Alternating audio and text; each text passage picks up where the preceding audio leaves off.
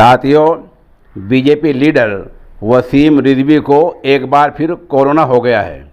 बताया जा रहा है कि वो अपने किचन में खाना बनाने की रसोई में गए तो उन्हें मसालों की खुशबू नहीं आई।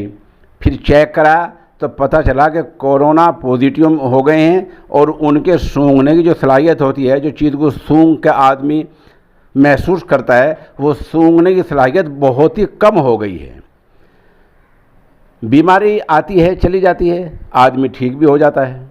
लेकिन वसीम रिजवी ने बीमारी के होते हुए जो ओछी हरकत की है वो ये की है कि ये बयान भी दिया है साथ साथ कि कट्टरपंथी मुल्ला मेरे बीमार होने से खुश ना हो, मैं बहुत जल्द ठीक होकर आने वाला हूँ। सवाल ये है कि आप बीमार हैं, आप कोरोना में हैं, आप खुद को लीडर भी कहते हैं, आपको इस तरह की ओछी बयानबाजी की क्या ज़रूरत पेश आ गई है?